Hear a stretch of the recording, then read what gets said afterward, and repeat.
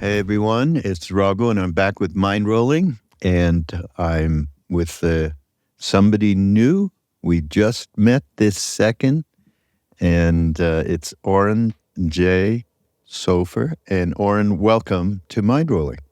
Thanks so much, Raghu. It's good to meet you, and I'm happy to be here. And I have met Oren through a mutual friend and colleague, Sharon Salzberg, who you all know, who's on this Be Here Now network as well, and is a long, we were just reaching back to remember just how long ago it's been that Sharon and I met, and Ram Dass and Krishnadas and all of us in India back in the day.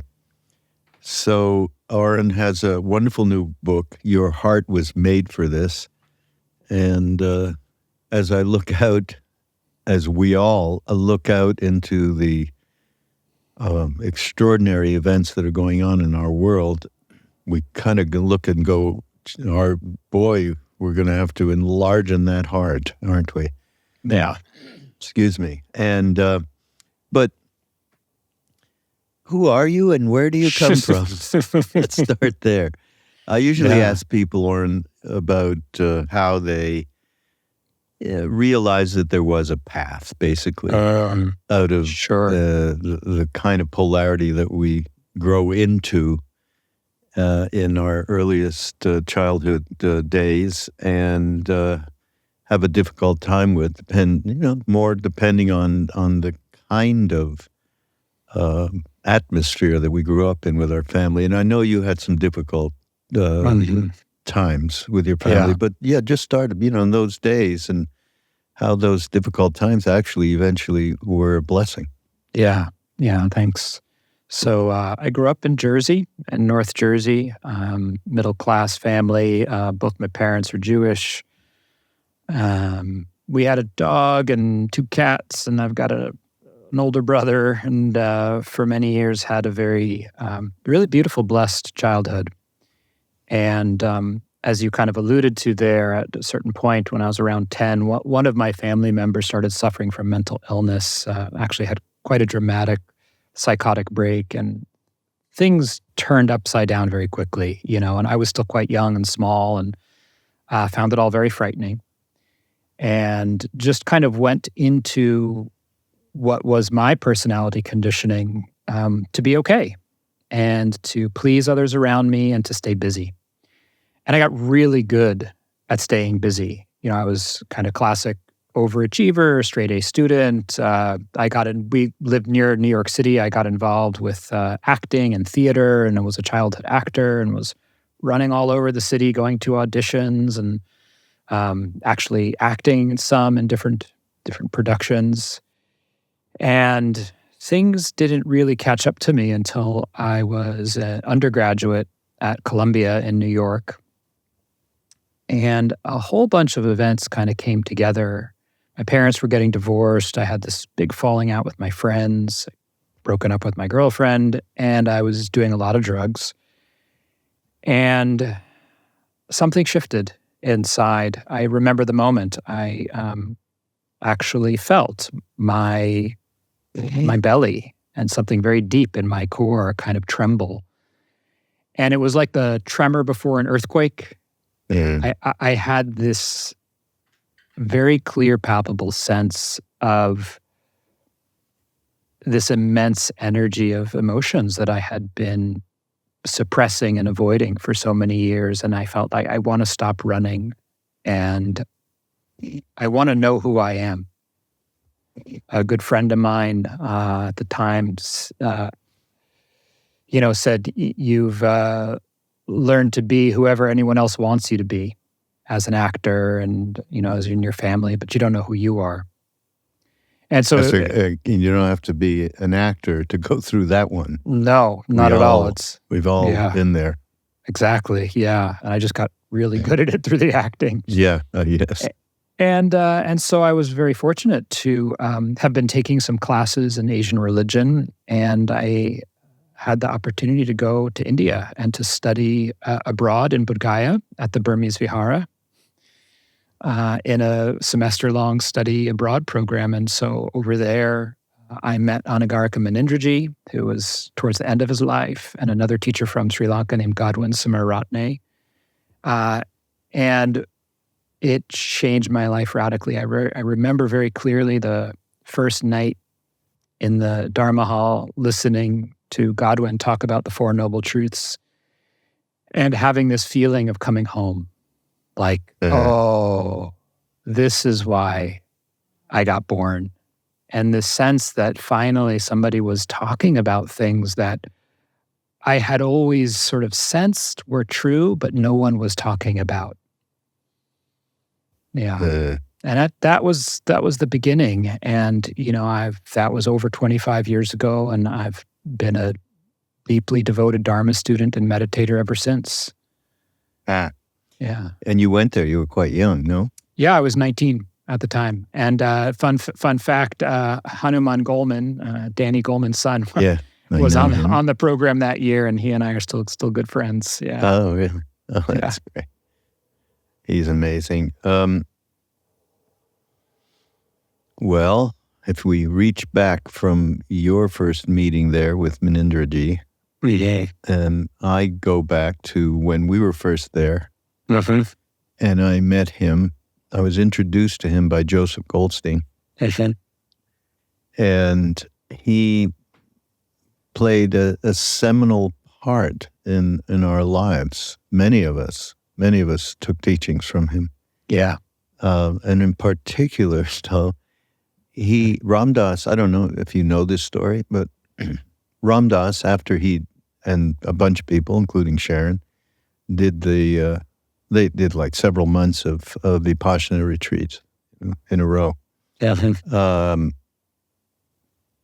So they asked Munindra if he would come and do a private retreat with them up in the Himalayas in a place called Kosani.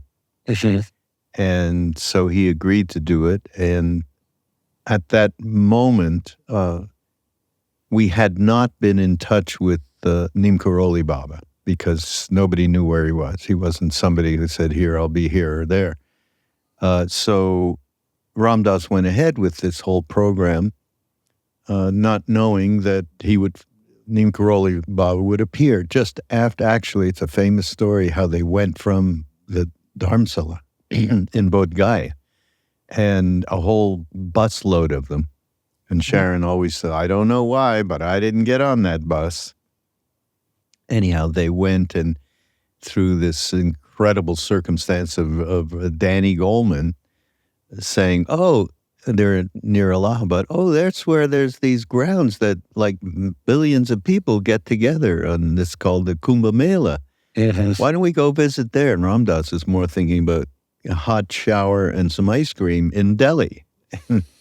So should we go here? Should we go? Because it was he had arranged for the bus, so he had quote unquote control. And he thought he had control. But he said, okay, let's go. And they went. And it's a famous story that Neem Karoli Baba came with a devotee in a rickshaw at the moment that the bus arrived at this particular Hanuman temple that's famous on these grounds. And they found that, we called him Maharaj, he had said, everybody get up 6:00 in the morning. There's 27 Westerners coming. We got to feed them. And he went down, found them, and brought them back to another devotee's house. So that was that famous story.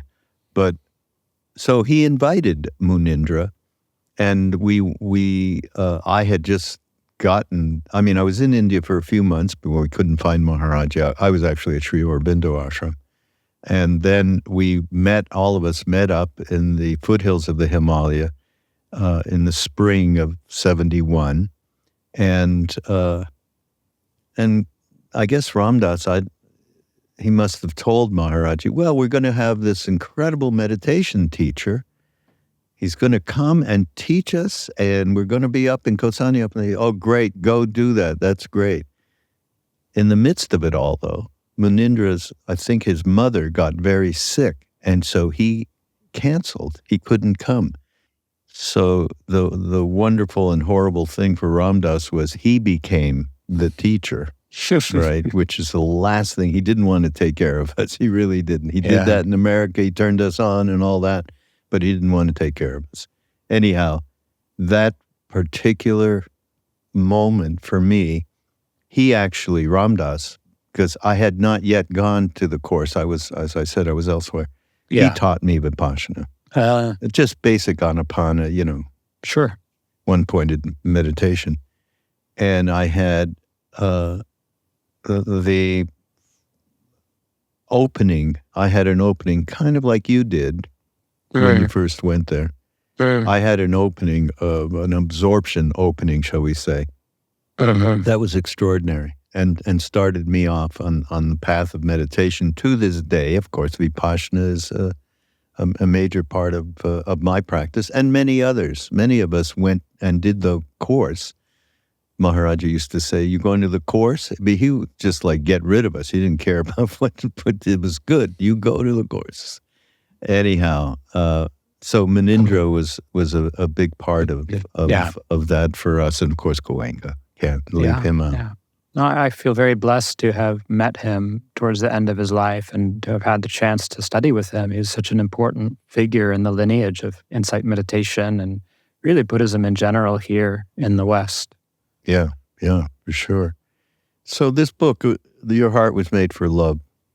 And I quote you, "For connection, belonging, and meaningful relationship with other people, beings, and the earth. Your heart was made to give and receive, to know joy, purpose, and freedom.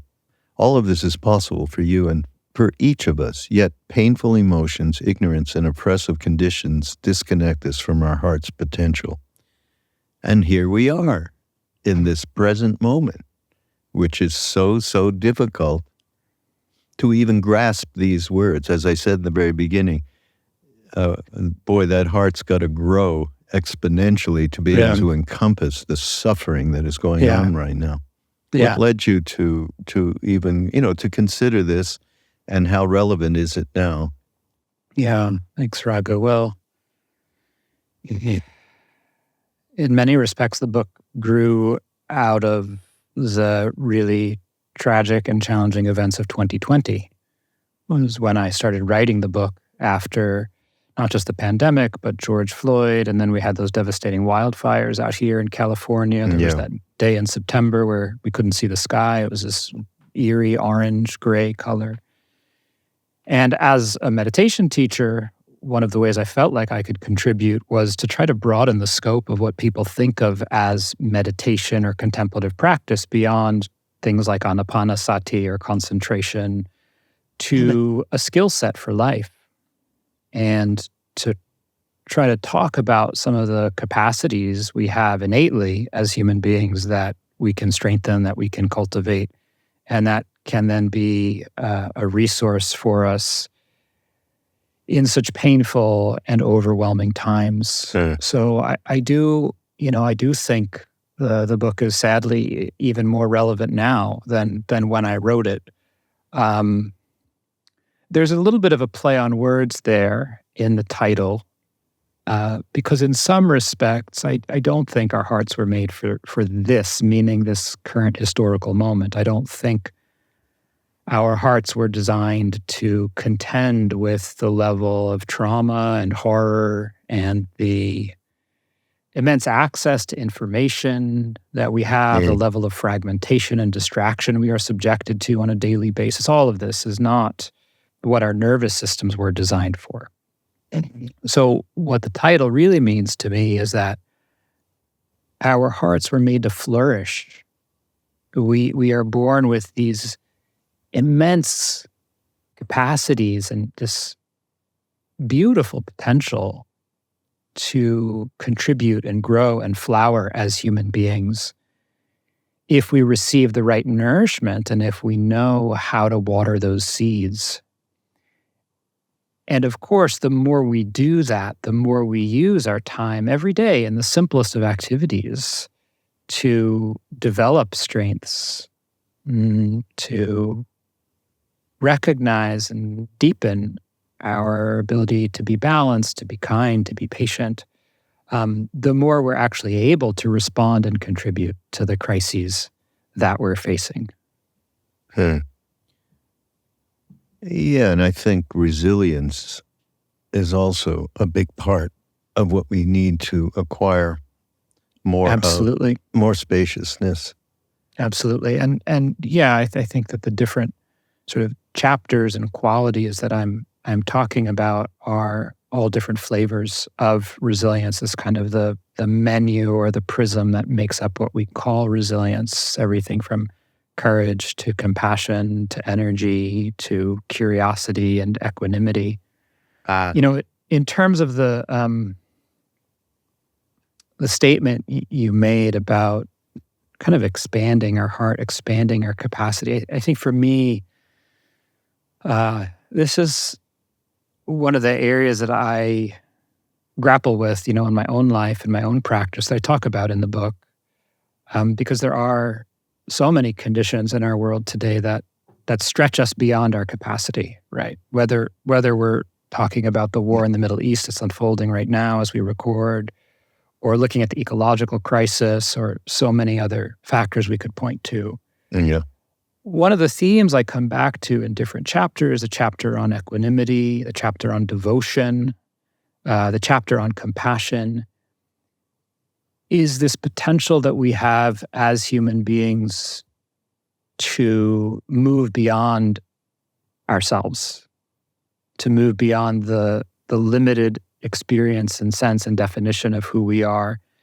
And for me, I think that these immense challenges that we're living through as a species really call on us to tap into a deeper resource and a wider sense of who we are. Because my experience, I don't know how it is for you, like my experience is there is a limit to what my heart, Oren's heart, can hold. And these things are beyond that. But fortunately, that's not all of who I am, right? And that when I'm able to touch into something deeper, whether it's through awareness, whether it's through love or compassion, or a sense of, the interbeing of everything, there's something larger than me that is holding and that can hold all of this. Mm. Yeah. Yeah, absolutely. Well, there's a nice quote here that you shared from Munindra. Individuals make the family, families make a community, communities make states, and states make the world.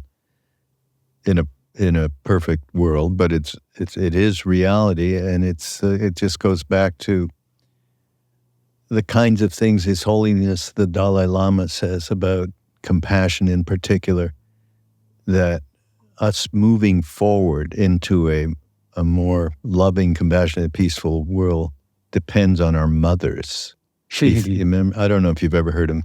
I haven't, but it's very true. Our mothers and our fathers, I would say. Yeah. Well, he particularly pointed to his mother and said, I am the way you see me, compassionate. I have that because of my mother. She instilled that. That's beautiful. If we can share that with mothers going forward, this will change. This will be a major change in the world. And I think, so it takes a lot of different parts. And we talk about family.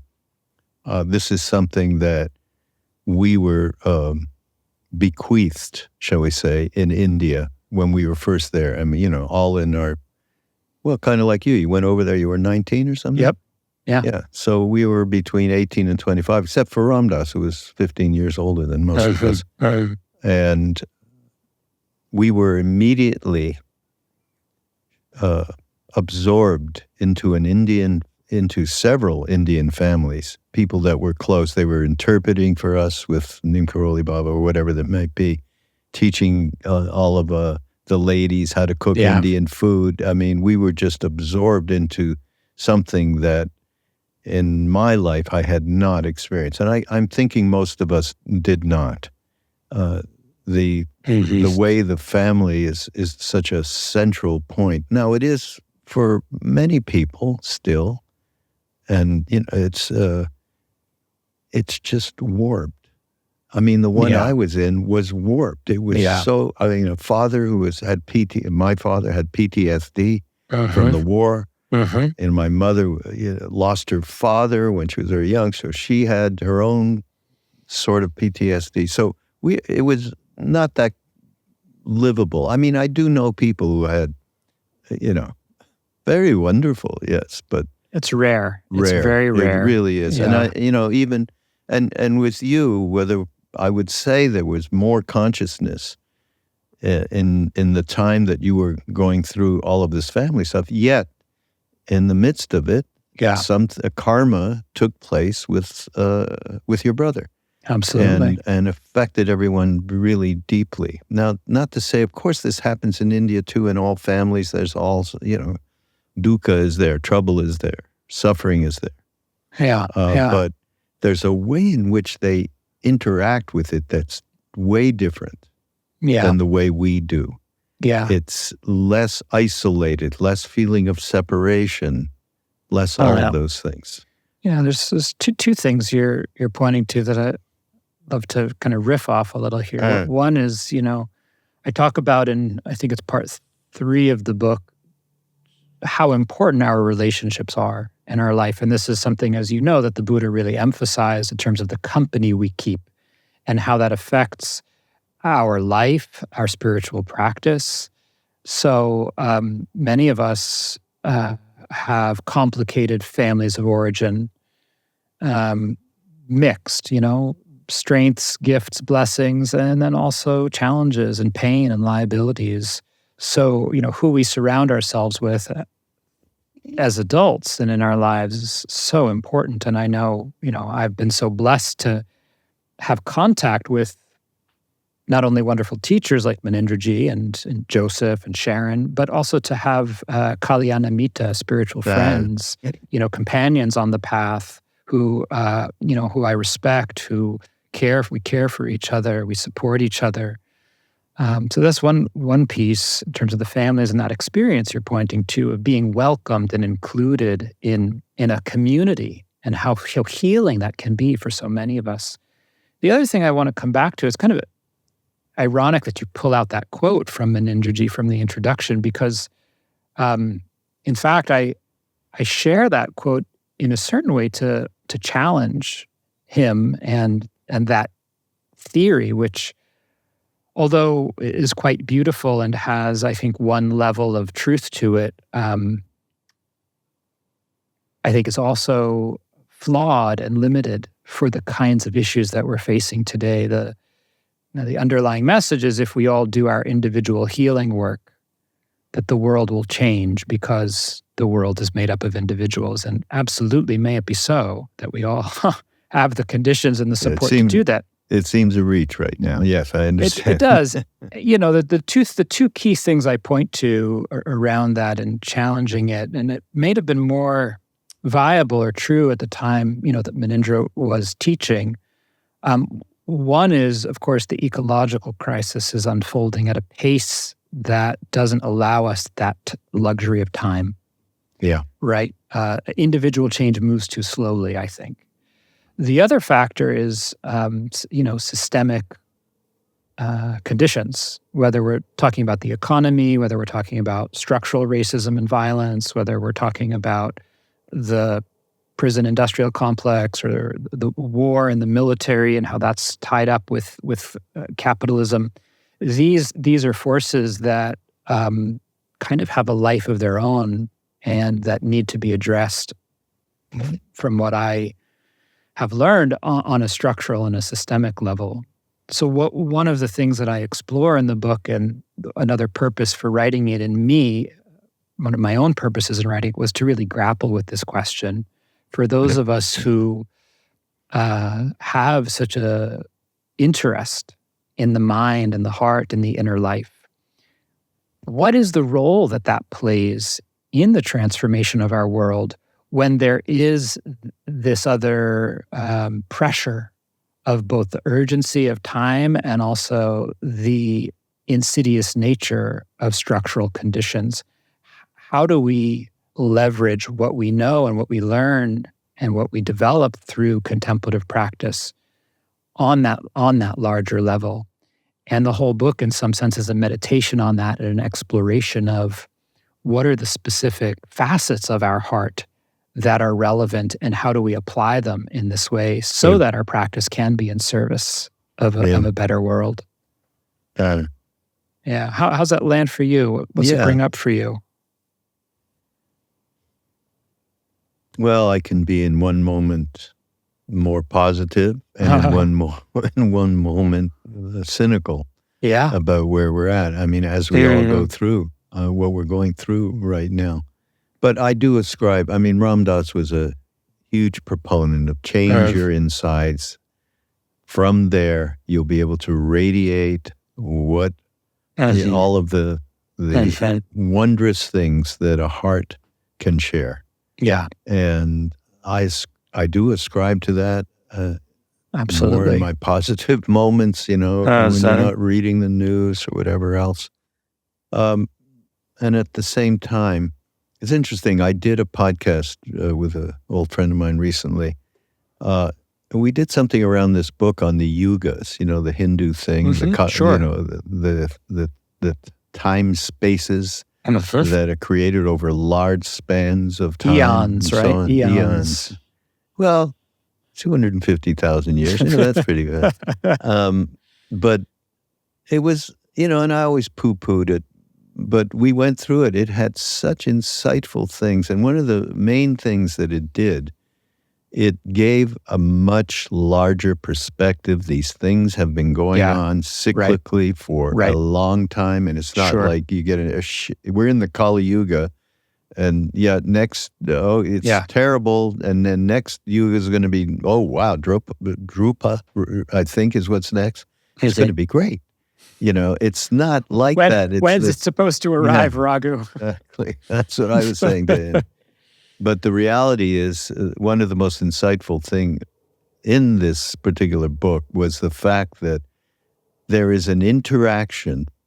Everything every individual does, every karma they create, every karma they reap, everything has an action and a reaction, and we as a worldwide community on this earth affect what it is that is to go on in terms of the negative and the positive and so on. Yeah. And just, so it backs you up a little bit so that, we aren't, it was great because it led me to go, okay, this is really awful, horrendous, and what's going on is very hard for the heart to even acknowledge. And at the same time, we have gotten through this before. We will continue to get through it. Yeah. Now, if there's another piece to this, and mainly the most outstanding piece is the ecological piece. It is so seeming rampantly out of control in terms of what we have done and the abuse we have created, and who knows what that's all about. But that's my take on it. Yeah, I think you talked about pessimism and optimism, and I certainly can go to both places. And one of the things I try to come back to is just the sense of realism. How can I be realistic? And I love that you brought in the cosmology of ancient India and this broader perspective, and the way it does come back down to the choices that we make today. Which is one of the things I talk about in the book, is the sense that the future isn't written. It's not, and it's built by the choices we make individually and collectively every day. And so, the sense of the transformation that's possible in a human life through all kinds of means and mechanisms, it positions us, I think, the more we understand and embody kindness, compassion, clarity, wisdom, equanimity, balance, courage, integrity, I think the more leverage we have to work for change. And I'm a firm believer in the sense of that we each have our own path, and that there's no one thing we should all be doing. I think that those of us who are devoting our time and energy to raising children with the kind of compassion and empathy that the Dalai Lama was referring to are doing really important, deep work for our world. Yeah. Even as those who are advocating for policy change in the halls of Congress or, trying to stop clear cutting and strip mining are doing really important work for future generations. Yeah, absolutely. And all of us doing that work, we need nourishment, we need sustenance. So, to come back to this theme we've been weaving through of the darkness, the difficulty, is really important to celebrate, I think, and to experience joy. Just last night, we had a friend over for dinner, and we were watching a teach-in about the conflict in Gaza and Israel. Very heavy, very heavy messages and really important content from the speakers. And throughout the process, our 13-month-old son was running up and down the living room, shouting and jumping on the couch and laughing and cuddling and tickling. And it was just this beautiful, poignant juxtaposition between the devastation and the heartbreak and the joy and vitality in the moment. And it's like our friend said, it's like, there's no one else I'd rather be watching this with right now. This is making it possible for me to take this in. That's a great observation, great point, actually. Yeah. And that is such a truism. And I go back to Munindra's thing that we say maybe a little out of reach considering what our times are. Yeah. But the family, going back to the family, going back to, as the Buddha said, out of the three refuges, Sangha, community, was number one. However, he said that, right? Yeah. So, and it's truly been my experience over all these decades. Yeah. In terms of that which brings heartfulness is community. Yeah. It is just this common experience. And we do a meditation, I should say Mirabai Bush. I don't know if you know. I know Mirabai, sure, yeah. Mirabai. Yeah. Yeah. So Mirabai does a beautiful meditation in the last day of the retreats that we ran in Maui with Ram Dass all these years, and we're doing it again at the end of November here. Oh yeah, yeah. Just like me, people sit and just gaze at each other, and there's a set of, circumstantial questions and answers that people give to each other. Right. Yeah. Yeah. But just to show, yes, you are just like me. Yeah. And the more that we can do that, of course, the more that we can consider that the family idea from Munindra is a workable situation, even if it doesn't lead to states changing the kind of leaders that have put extreme pressure on us as people, Yeah. Well, I mean, I'm familiar with that meditation. It's a very, very powerful one. It's one that I use in my work also when I teach communication and empathy. Yeah. And I think there's so much wisdom in it because, if we look at programs throughout history and throughout the world of peacemaking and reconciliation, whether it's the work that peace groups are still doing between Israelis and Palestinians, or the work that's been done in areas like Rwanda, the genocide that happened there, or in Bosnia Herzegovina, it's all based upon developing empathy and starting to see who we perceive as our enemy as a fellow human being. I watched a documentary, Raghu, recently on the Oslo Accords. Just going back through some of the history and, trying to understand, where have we been and how did we get here? And one of the things that really stood out to me about the peace process, I think the name of the movie is called the Oslo Diaries, and it's told from the diaries of the mediators and negotiators who originally got in touch with each other under the radar, and started to develop relationship. The turning point in the initial negotiations was when the two sides were able to agree on the importance of mutual recognition. That the Palestinian Authority recognized the right of Israel to exist in security, and the Israeli side recognized the right of the Palestinian people to a state. That was to be just this mutual recognition, which is what is based in empathy, is based in seeing the humanity of the other. So that, just like me, meditation, I think, is important medicine for our time. Absolutely. I mean, obviously, on a much larger scale, right? It doesn't scale up. Let's put it that way. It doesn't. It doesn't. You know, I mean, I've been talking about this with some of my friends in the nonviolence movement. I have some colleagues who do work in the prisons and do something called victim offender dialogues is the technical name for it. I talk about it in the book, in the chapter on empathy, and they bring together people who've been sometimes convicted for murder and family members of those who were murdered for healing dialogues. And it's possible, you know, it takes a lot of preparation, it takes a lot of support.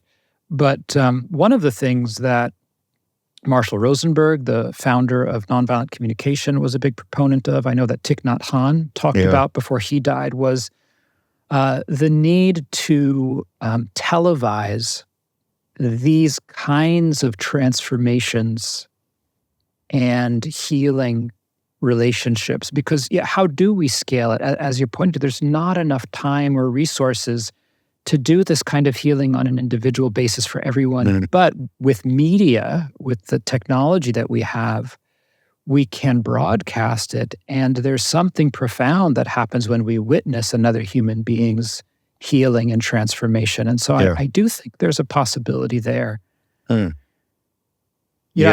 At the risk of kind of directing our conversation too much, I want to come back to Munindraji. And another favorite story of mine, of his, that you've undoubtedly heard, but not sure if listeners have. Some of your colleagues, I'm sure, were with him in Bodh Gaya. I was not there. It was before my time. So Joseph, Sharon, others were with him in Bodh Gaya.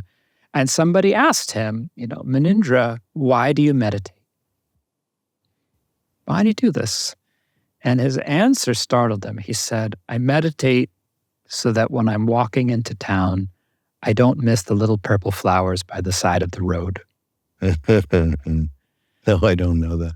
And so, just again, coming back to this, as we talk about the heaviness of our world today, the importance of joy and beauty and gratitude and celebration and being able to not overlook the goodness that's present in our own hearts and our lives and around the world. One of the things that's carrying me through this time is remembering all of the people who are brokenhearted over what's happening, all of the people who want peace, who are calling for a different way forward. Because if you look at the news, you don't hear that, but it's happening. It's important for me not to overlook that. Yeah. I liked something in the book that takes it all down to us as individuals. Dealing with our day-to-day, which is my favorite subject, and dealing with Mr. Me 24/7. I just did an audio book that just came out, a movie of me to the movie of we. That's something Krishna does, so I think you know who that is. Yeah. He talks about it. You wake up in the morning, you're the protagonist, the writer, the director, the producer. In fact, you even write your own reviews 24/7. And, so my friend Duncan Trussell was another podcaster, and I got together and over years, just different chats, and they reflect different times in our lives as we were going through all of this process. But here's one you mentioned. you say, fortunately, it doesn't take a major life event to begin tending the heart. The next time you're doom scrolling or caught in a mental loop, consider how to spend your time and energy. Or as it's funny because we made a comment in this audio book that we did, you know, wake up, 1 o'clock in the morning after your gummy bear has hit and you're scrolling and buying shit off Amazon all night, that kind of a thing. So are you oppressed by the habits of your mind, pulled along by negative rumination, subjected to whatever topic happens to have been planted in your feed by the latest headline or advertisement on social, right? With practice, you can change the channel, choosing where you place your attention instead of having it chosen for you. That's a crucial, it seems like just a throwaway, fun little thing, but to me it's absolutely crucial because it's what's going on because of our self-obsessive nature that has been completely supported by the expansive movement of digital media and now AI. I mean, it's really quite something. But what caught me was change the channel. That we really all have that opportunity. Ram Dass did a wonderful thing many decades ago, I think, about okay, here's the channels. And he equated the channels to the chakras, and this is the channel of security, and this is the channel of lust, and so on. But you can flip those channels, and you get into a channel, and then later in his life, which was interesting that it was a play on a Buddhist term. Instead of loving kindness, it was loving awareness. Right. In fact, Jack has taken that over since then. Yeah. And, many of our friends loved it. And it's from that place of no judgmental thing, starting with oneself, that that change of heart can really take hold. Yeah. Yeah, no, I couldn't agree with you more that it's essential, it's foundational, and it's why that's in the first chapter, why the first chapter is about wise attention and developing this capacity to be aware of our attention and to make more conscious choices about where it's going. And I would even go further and say it's not just that, this being supported, this sort of self-centeredness and unhealthy habits are being supported by technology and social media. I'd say it's being actively exploited, right? Yeah, it's being absolutely. Co-opted and profited off of. And so, where I use the analogy of farmers fighting for the rights to their seeds, it's like we're spiritual warriors in a battle for the right to our own attention in relation to technology and the media. And so it's essential that we develop the capacity to reclaim how we use our attention and where we place it if we want to have any leverage over how we live our lives. Yeah. Let alone shape our world in a different way. Yeah. No, super, super important. There's, I think you've mentioned that there's, you've kind of put together different chapters, renunciation, courage, and so on and so forth. There's one thing here around courage, which is extremely important. And so much so that this is a story I've told a billion times, but I don't think you know it, so I'll share it with you. And it's so important, one could hear it a billion times. Krishna Das was with Neem Karoli Baba somewhere in Mumbai, actually. And he would come by and visit Krishna Das in his hotel. Anyhow, he was with an Indian man who was interpreting, and suddenly he blurts out to Krishna Das, courage is very important. So the translator who translated that actually said to Maharaj Neem Karoli Baba, well, wait a minute now. That's kind of like an action you do for yourself, but this is all about Guru's grace, this whole tradition, bhakti yoga, right? Maharaji didn't say a word to him, turned back to Krishnadas and emphasized again, courage is really important. Krishnadas, for the rest of his life, to this day, whenever there's any kind of negative circumstances or so on, he has that to fall back onto what it completely means relative to connecting to the deeper part of yourself and being able to have the spaciousness to work with a situation in its most simple way. And in the book, though, your book, you mentioned something that I think people miss that's really important. I'm glad you wrote it. A great myth about courage is that it means not feeling afraid. That is so true. But in fact, far from being the absence of fear, courage is the willingness to be present and vulnerable, meeting what is happening with an open heart in spite of fear. Very good, Oren. I love that. Thanks, Raghu. Yeah. Yeah, I mean, I think it takes... especially today, my God. Right. Yeah, no, it takes tremendous courage to be awake in our world today, you know.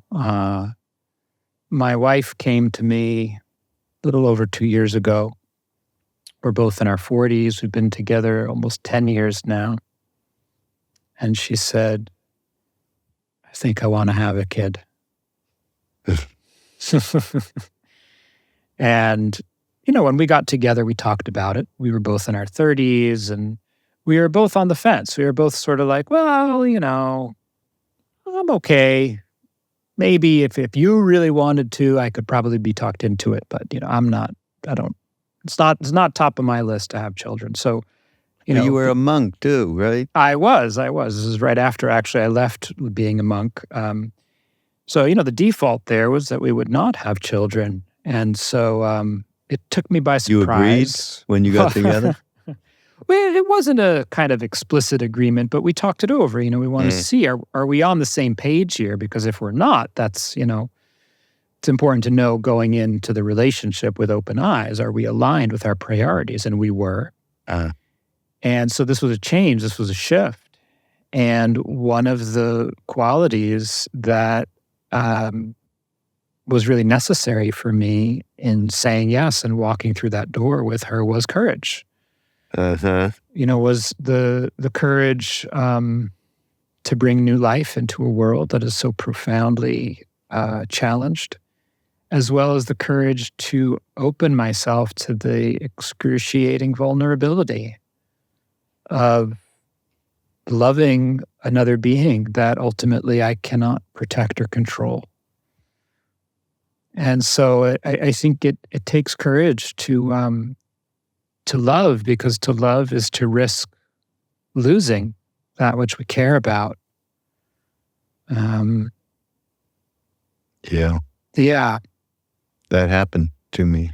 I didn't lose my child, but I came really close. I got just over a year older spinal meningitis. Oh, gosh. And rushed to a hospital. We were in New Mexico, and to this day, I experience that horrible, sinking, awful feeling.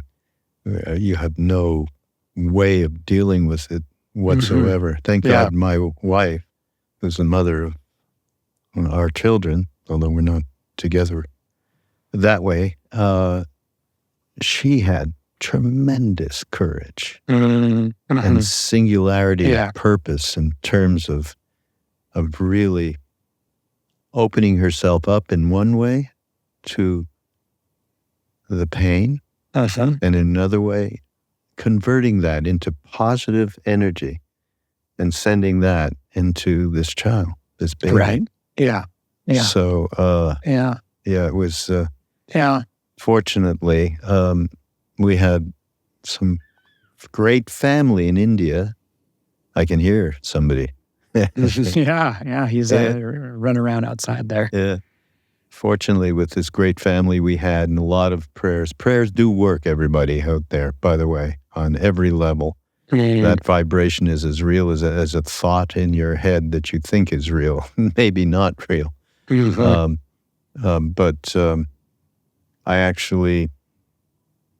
I went to stay at a friend of mine's after, a few days of this horror in the ICU of children. I mean, that's like the worst. Yeah. And Neem Karoli Baba came to me in a dream and said he'll be okay. Oh, wow. And I went in the morning, he woke up. Wow. And so, we had that wonderful feeling of being taken care of, and we were taken care of. But I think I failed the courage test in the moment that happened. I remember being so out of sorts. So it's easy to say this stuff and something else to enact it. And the only way is to practice. Yeah. You can't get away from it. That's right. Yeah. And I'm glad you bring up this theme of courage, because I do think it's what all of us are being called to in a certain way today, is to have the courage to stay present, right? To not shut down completely. I just published a piece, it's important to shut down sometimes. I think our hearts need rest. We need to turn away. We need to give ourselves permission to take breaks and shut off, but always with that intention of coming back. And I certainly can't see the way forward or where we're going, but I do want all of us to have the courage to stay present and to just take the next step, which sometimes is all we could do. Yeah. What did you just said you wrote an article? Just my blog, just sharing some tips about, how do we get through this time? What are our resources, and just allowing the heart to close was one of the first things that I talked about, giving ourselves that space. Well, I'd love to, and our listeners, I'm sure, would love to see this too. So send me a link, and then we'll get the people who put this all together on Be Here Now Network to put a link in there for that blog, and as well, of course, the book. Sure thing. You'll be able to catch all of that. I thought, being that you're a meditation teacher, that you would give us a little bit, a 5-minute meditation would be fabulous, Oren. And I would be happy I hate to be so bossy and producery, which is what I am, but around ease. I love that whole concept, and that's very prominent. Well, it's a chapter in the book. Yeah. Something around that. I think it's what people could really use today. Sure. Yeah, maybe we can wrap it up here and lead a meditation and time for me to go take care of my son. Yeah. Sure. So, let yourself get comfortable. Roll your shoulders, take a deep breath, just whatever helps the folks listening to shift gears, kind of put things down and turn your attention inwards. I like to close my eyes. You might want to just gaze down at the ground in front of you. And maybe just to feel the weight of your body and the contact with the ground. Just notice the places your body is touching the earth.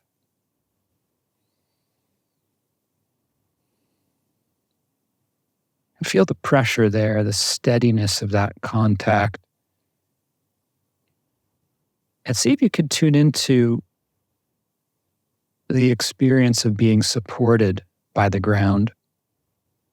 There's something solid, there's something stable beneath you that's holding us up, that we can rest on, we can lean on. And how would it be to let your whole body just receive that sense of support? Just letting every cell and every tissue rest into that stable, steady ground beneath us.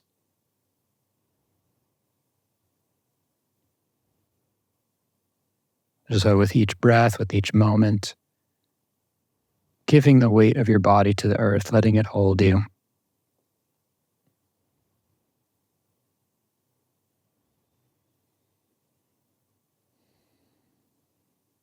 However you're doing in this moment, whether you feel relaxed or keyed up, just remembering that your experience is entirely natural and normal. Just like the weather, it changes. How can we invite some ease into this moment? Well, one way of doing that is to remember a time or a moment that you felt ease, or even to think of something that represents ease for you, an image of the waves of the beat of the ocean crashing on the beach, the sound of the wind blowing through the leaves and the trees, sun setting. Anything real or imagined that evokes a felt memory of ease in your body right here and now.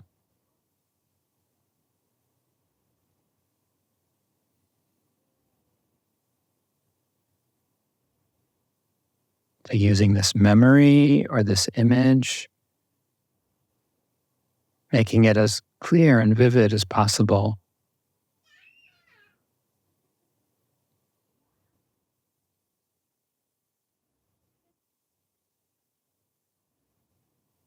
And then just letting yourself receive it, seeing if you can allow your breath to flow a little bit more easily, just letting it come and go, softening or relaxing the jaw.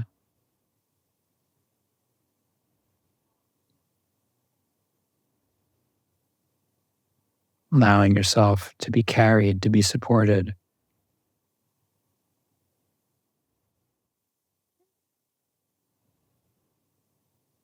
And remembering that you can come back here anytime you need. It's always available in the present moment. Like a cool breeze on a hot day. Remembering your capacity for ease.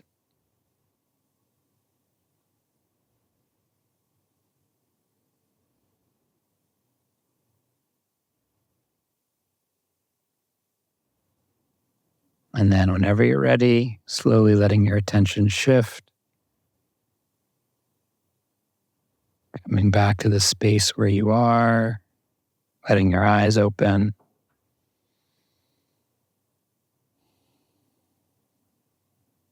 All right. Thank you so much, Oren. My pleasure. Thanks for the invitation. Appreciate it. Yeah. Everybody, you'll get connected with Oren through the show notes on Mindrolling on Be Here Now Network. Go to BeHereNowNetwork.com. And also take advantage of Sharon Salzberg and what she does. It's phenomenal on her podcast. So we shall see you next week. And again, thank you. Thank you. Thanks, Raghu.